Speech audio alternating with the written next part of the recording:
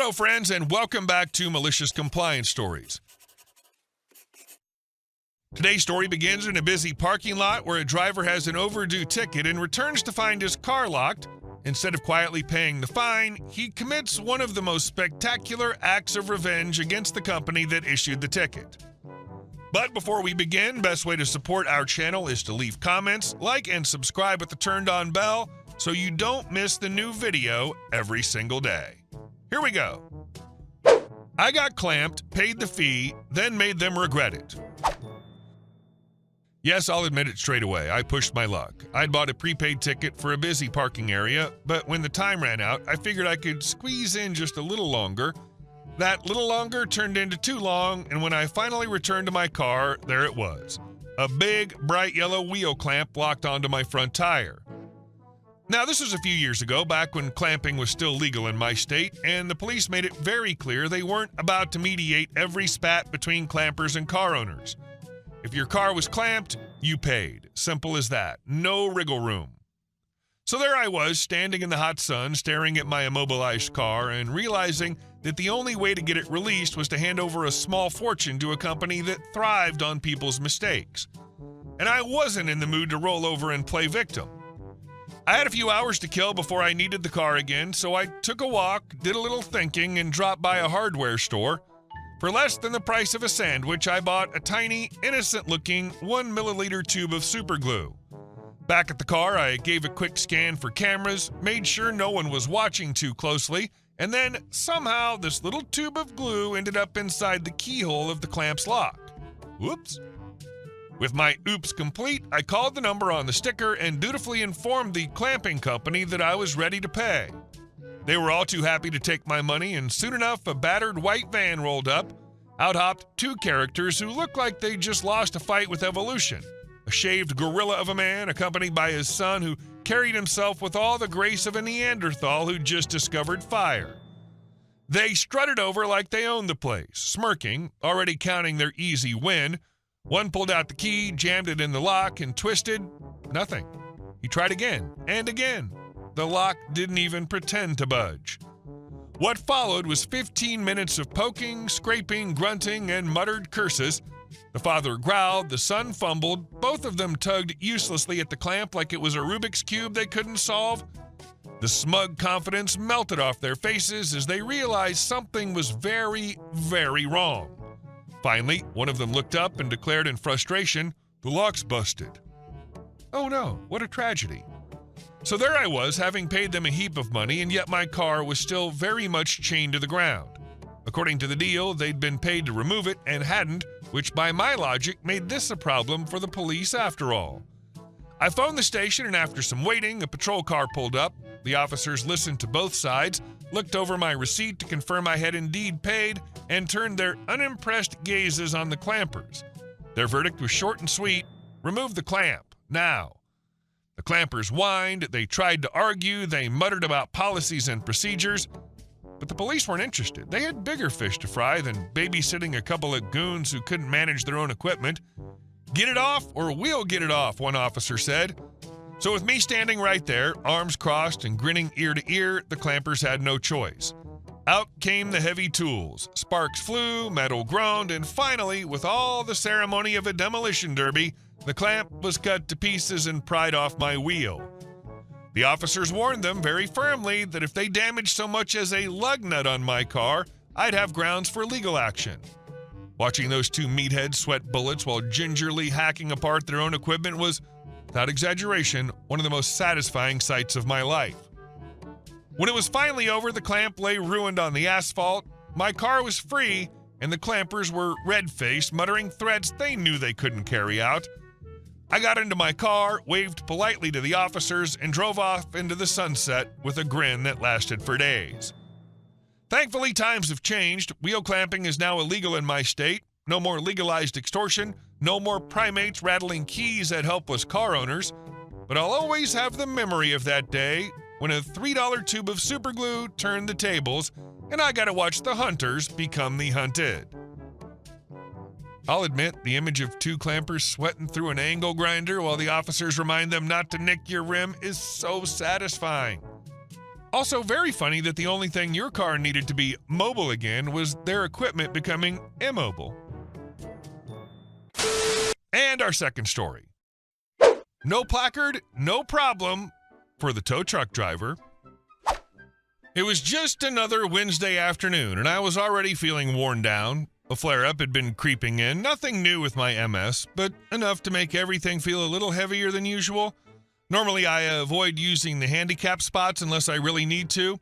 I've got the placard, sure, but I try to leave those spaces open for folks who need them more than I do. But as I pulled into the Walmart parking lot, something caught my eye. And just like that, any trace of restraint flew out the window. There it was, a giant lifted truck sprawled across two handicap spots like it paid rent. No placard, no handicap plates, just vibes and ego. Right next to it, a sedan wedged into the blue crosshatched access zone, the area that's clearly meant for ramps, lifts, and mobility devices. No placard there either. And the kicker? The rest of the lot was practically empty. Open spaces just a few steps further, but no, God forbid they walk an extra 30 seconds. I don't even know what came over me. Maybe it was the pain, maybe it was the sheer entitlement, or maybe I was just done letting people get away with crap like this. So I pulled into a regular spot a few rows down, grabbed my phone, and called the non-emergency police line. Hi, yeah, Walmart on 7th and Willow. 2 cars illegally parked in the handicapped area. One's in the access zone. I've got the plate numbers if you need them. The dispatcher was polite, took the info, said someone would be by shortly. I figured that was that. Went in, returned a toaster that had tried to kill me the first time I plugged it in, picked up a few groceries, milk, eggs, nothing dramatic. The line at customer service took forever, so I was probably in there close to an hour. And when I walked out, oh, it was beautiful. 2 tow trucks, not 1, 2. Each already had a vehicle hitched and ready. The sedan from the access zone was being hauled up like a bad decision, and the monster truck was halfway into the air like it had just lost a bar fight. 2 police cruisers sat nearby, no lights, but very much staffed with uniforms and not having it faces. The owners had returned, of course, and they were livid. The woman was yelling so loudly I heard her from 3 rows away. "This is outrageous. I was only gone 5 minutes." An officer replied, calm and clearly over it, "Ma'am, this isn't a parking space. It's marked with signs and painted lines. There are open spots a few feet away." "But I was just picking up a prescription." "And you parked illegally in a space meant for people with disabilities." She got slapped with a $500 fine and her car towed on the spot. The truck guy wasn't faring much better. Red in the face, stomping, full toddler tantrum mode. "You're towing my truck? I was gone 5 minutes too." The officer didn't even look up as she flipped through her notepad. "Funny, we got this report almost an hour ago. You've been parked here for a while." Then she asked the golden question, "Do you have a handicap placard?" He sneered, "Do I look like a cripple?" The cop paused, looked at him like she was this close to flipping the whole ticket book at his face. Then she started writing again. "That language isn't necessary, sir. You're receiving a $2,000 citation for parking in a handicap zone without proper documentation." He lost it. $2,000? Are you effing kidding me?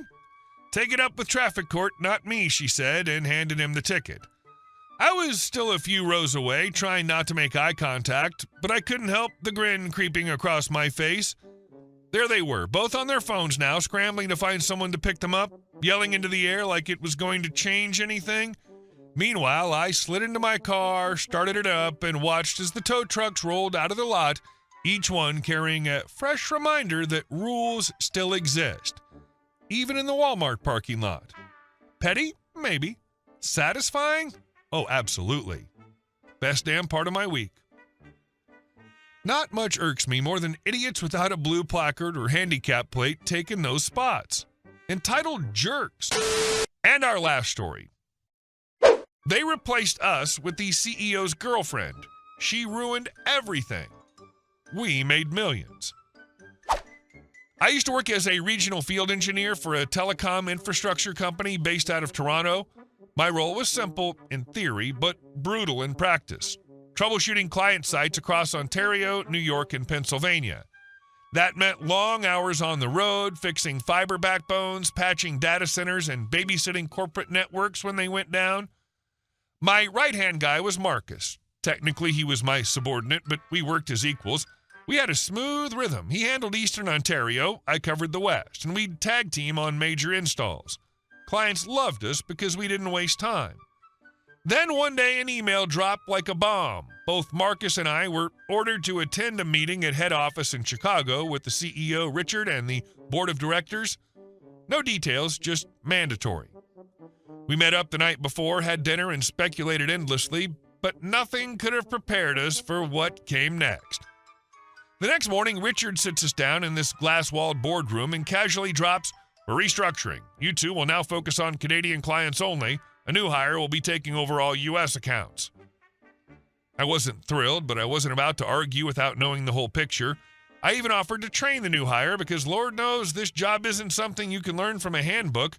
Richard nodded, then waved someone in. Enter Samantha. She couldn't have been older than 24, tottering in on heels, clutching a leather portfolio like she was auditioning for The Apprentice. From the second she sat down, she oozed smugness. "I already have new policies drafted," she announced, "that will streamline travel expenses and modernize operations." She spoke as if she'd been running the department for years. Marcus and I exchanged a glance.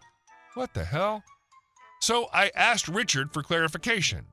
That's when a board member raised a hand. "Richard, this isn't what we approved. We agreed the department would be split. These two handle Canada. Samantha manages U.S. operations. At no point did we agree she'd supervise them." Before anyone else could speak, Samantha cut in. "Well, as long as they don't interfere with me, I can work with that." Her tone dripped arrogance. The board looked uncomfortable. Marcus looked furious. And I just sat there, stunned. Then Richard shut it down. "Effective immediately, Marcus and me are restricted to Canadian work only. No involvement with Samantha whatsoever." He walked out, Samantha trailing behind him like a shadow. And here's where things get spicy. A week later, I got the real scoop from a sympathetic board member. Samantha hadn't earned the job through experience. She'd been handed it because she and Richard had been having a not-so-secret relationship. Translation, he was sleeping with her, and this job was her golden parachute. The rest unfolded almost like a comedy. Within weeks, U.S. clients were blowing up my inbox with complaints.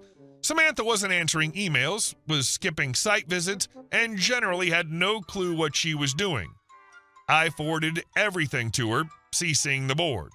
Then she started calling me at night, pretending to make friendly conversation before asking hypotheticals like, "If a fiber relay failed in a Tier 2 data center, how would you troubleshoot it?" I shut her down every time. "Sorry, Samantha, I can't interfere with your work. That's your territory." Marcus did the same when she tried him. By the end of the month, the board was being drowned in complaints. Richard eventually called me asking if I would temporarily step in and manage both U.S. and Canadian ops again. I told him no. Samantha was his choice, not mine. That's when Marcus and I realized we had leverage. Our Ontario client base was thriving, and the U.S. clients were begging us to come back. Over lunch, I floated the idea, what if we start our own consulting firm? No bureaucracy, just us doing what we do best. Marcus didn't hesitate. Within weeks, we had an office in Mississauga, paperwork filed, and a plan ready. The moment we resigned, clients followed us in droves. First 50% of U.S. accounts, then 80%. In Canada, we practically vacuumed up everyone. 6 months later, our old company was gutted. They had no Canadian team left. Samantha had alienated nearly every U.S. client, and eventually the board fired Richard. His divorce followed not long after. His wife finally had enough of the affair. As for Samantha, word is she landed a mid-tier HR job at a bank. Not quite the empire she strutted in dreaming about. Marcus and I, we've grown to 12 consultants. We're off the road, and for the first time, we're running a company that actually respects its clients. Tiny postscript from the cheap seats. Your restraint was the masterstroke. Saying no to temporary step-in, forced accountability, made the board's choice stark and preserved your goodwill for the spin-out. People remember who answered the phone at 2 a.m. and who didn't. Hey guys, thank you all for watching the video. I'll see you in the next one.